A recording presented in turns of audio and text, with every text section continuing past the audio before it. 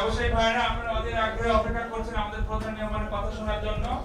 আমি আর কথা না বাড়িয়ে সরাসরি, যেহেতু একটু বিলম্ব হয়েছে, সরাসরি আমি আজকের এই ব্যবসায়ী সমাবেশের প্রধান অতিথিকে বক্তব্য দিতে দেব। শুধু পরিচয় করে দিচ্ছি, আমাদের মাঝে উপস্থিত আছেন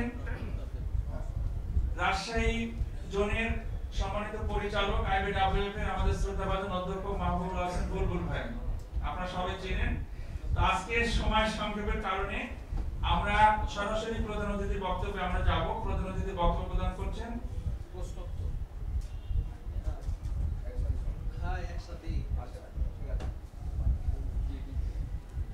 যে প্রশ্নোত্তর আর ওনার নির্ধারিত বক্তব্য পেশ করবেন। আপনারা একটু শান্তভাবে বসুন।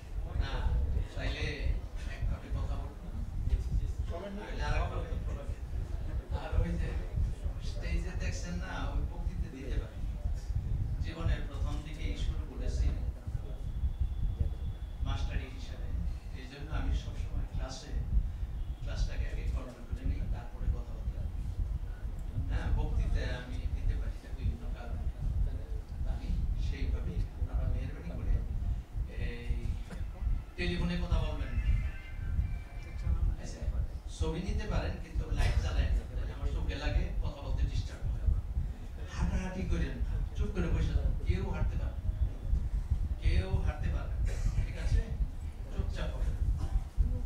আমি আপনাদেরকে industrialist and investment welfare foundation, আমি এই বিভিন্ন জায়গায় আজকাল এই কথাগুলি বলি। আমাদের কাজ আপনাদেরকে এই যে আপনারা ব্যবসা করে পর্যন্ত আসছেন, ঢাকায় আমরা একটা প্রোগ্রাম সেট আপ করেছি 150 ছাত্র নিয়ে সারা বাংলাদেশে। তাদেরকে একরকম ভাবে গড়ে তুলব এবং তাদের জন্য ওই টাকা মাত্র 10,000 খুলবে ব্যবসাটা তাদের জন্য, কিন্তু আপনাদের জন্য টাকা মাত্র 10,000 খুলবে ব্যবসাটা নয়। কেন? আপনারা ওই স্তর পার হয়ে আসছে। তারপরেও আমি টাকা মাত্র 10,000 খুলবে ব্যবসাটা, এই ব্যাপারে আপনাদেরকে একটু গাইড দেবো। এই জন্য যে আপনারাও যাদেরকে নতুন আনবেন 10,000 টাকার উপরে টাকা লাগে না ব্যবসা, এটা হলো আমাদের পলিসি। দেখবেন না কথাগুলো যখন বলবো ইনশাআল্লাহ এর ভিতরে গাইড পেয়ে যাবেন। তাহলে এখন আসেন এই আলোচনা শুরু করা যাক। সেটা হলো রাব্বুল আলামিন 3 রকমের কোরআনের আয়াত নাযিল করেছেন। এক রকমের আয়াত হলো কি জানেন? গল্প। কিসের গল্প? এই নবীর গল্প, ওই নবীর গল্প, এরকম গল্প। ইউনূস আলাইহিস সালামের গল্প, ইউসুফ আলাইহিস সালামের গল্প,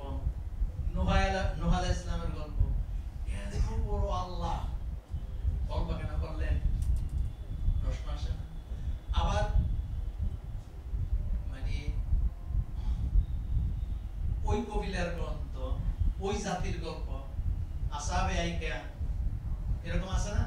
এই সমস্ত গল্পগুলি করে আল্লাহ রাব্বুল আলামিন আমাদেরকে গল্পের মাধ্যমে বোঝানোর জন্য চেষ্টা করেছেন।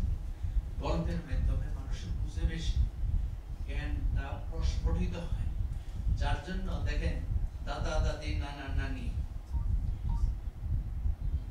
দাদা দাদি নানা নানি, তারা আমাদের যে গল্প করছেন সেগুলো এখনো মনে আছে।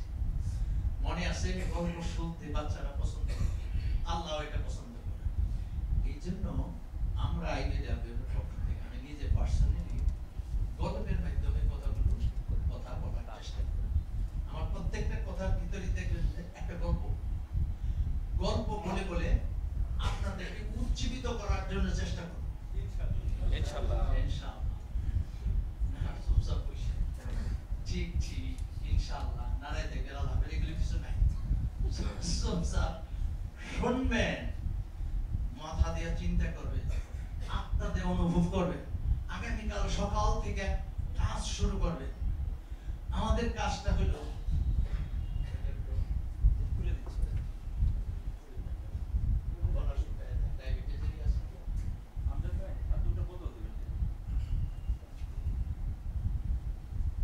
আমাদের আইডিডব্লিউ কাজ হলে পর্যন্ত আপনারা ব্যবসা করে এগিয়ে আসছেন। এখন কিভাবে আপনাদের পয়সা বাড়বে, টাকা বাড়বে, সেই টেকনিকগুলো আপনাদেরকে বলে দেব, সেইভাবে আপনারা পদক্ষেপ নেবেন। আমাদের একটা প্রচন্ড আত্মবিশ্বাস। কি আত্মবিশ্বাস? আমরা 2002 সাল থেকে ব্যবসায়ী তৈরি করার প্রোগ্রাম হাতে নিয়েছি। তার আগে এটা ছিল না, তার আগে আমাদের দেশে এটা ছিল না। ইন্ডাস্ট্রিয়ালিস্ট এন্ড বিজনেসম্যান ওয়েলফেয়ার ফাউন্ডেশনের কার্যক্রমের জন্য একটা ইতিহাস আছে, সেটা আপনারা জানেন। এটা আমাদের অনেকের নিকট জানা নাই, আমি আপনাদেরকে জানাই যারা নতুন আসছে।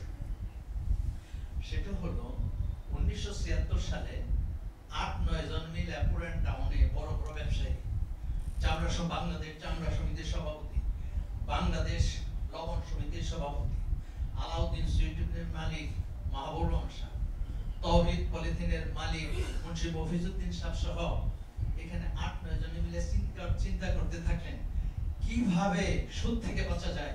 পরকালে যখন রাব্বুল আলামিন জিজ্ঞেস করবেন সুদের ব্যাংকে থেকে টাকা নিয়েছো, যে যে কথাগুলো লেখা আছে কোরআন শরীফে, এই অবস্থায় সুদে থেকে বাঁচে কিভাবে, এই চিন্তা চেতনার উপরে ভিত্তি করে একটা সমিতি গঠন করে। ওই সমিতিটার নাম হলো মুসলিম বিজনেসম্যান সোসাইটি। মুসলিম বিজনেসম্যান সোসাইটি এটা 1980 সালে মগবাজারের কিছু লোক মিলে এবং ওই মুসলিম বিজনেসম্যান সোসাইটি মিলে একটা সংগঠন গড়ে তোলে। 80 সালে সভাপতি, সেক্রেটারি, সহকারী সেক্রেটারি, কোষাধ্যক্ষ, এরকম একটা কমিটি গঠন করে। এই কমিটির তত্ত্বাবধানে একটা সম্মেলন হয় 1978 সালে। এটা খুলনায় সম্মেলনটা হয়, ইন্টারন্যাশনাল সম্মেলন। সেখানে ডক্টর উমর চাপড়া আসলেন, ওয়ার্ল্ড বিখ্যাত অর্থনীতি। তিনি এসে বললেন যে যদি সুদ থেকে তোমরা বাঁচতে চাও তাহলে হয় একটা লিজিং কোম্পানি করো, আদারওয়াইজ একটা ব্যাংক করো। এই ইসলামী ব্যাংকের আইডিয়া উনি থ্রো করলেন। তৎকালীন সময়ে আমি 1978 থেকে 2002 সাল পর্যন্ত সৌদি আরবে ছিলাম। এরপরে 79 সাল থেকে ইসলামিক ব্যাংকের প্রচেষ্টা চালিয়ে 1983 সালে 30 মার্চ ইসলামী ব্যাংক উদ্বোধন, এবং ওই বছরে অগাস্ট মাস থেকে ব্যাংকিং কার্যক্রম শুরু হলো। এটা হলো ইসলামিক ব্যাংকের একটা ইতিহাস। এটার ভিতরে আরো অনেক ঘটনা কথাবার্তা আছে। সৌদি আরবে থাকা অবস্থায় যে বিদেশি যে স্পন্সরগুলো আল্লাহ আমার মাধ্যমে কালেকশন হয়েছে। এটা হলো ইসলাম ব্যাংক সৃষ্টির মূল কারিগর কারা? আপনারা। কিভাবে 1976 সাল থেকে 1980 সাল থেকে 1989 সাল পর্যন্ত ওই সংগঠনটা মুসলিম বিজনেসম্যান সোসাইটি নামে কাজ করা শুরু করলো। 89 সালে এটার নাম চেঞ্জ হলো ইন্ডাস্ট্রিয়াল বিজনেসম্যান অ্যাসোসিয়েশন, IBA। আমরা 2006 সালে এটা রেজিস্ট্রেশন নিলাম, industrialist and businessman welfare foundation.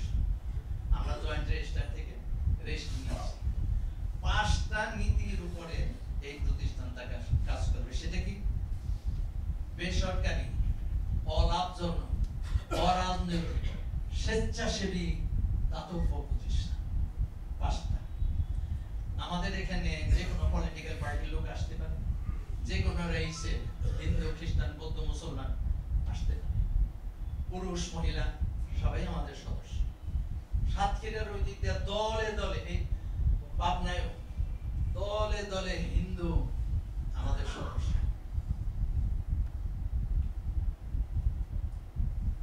আমাদের দিক নির্দেশনাটা হলো আমরা সৎভাবে ব্যবসা করব। আমাদের একটা নিজস্ব একটা স্লোগান আছে, সৎভাবে ব্যবসা করব, আমার ব্যবসা আমিই করব। আমি করব না, আমিই করব। নিজের ব্যবসা অন্যকে দেয়া হয় না।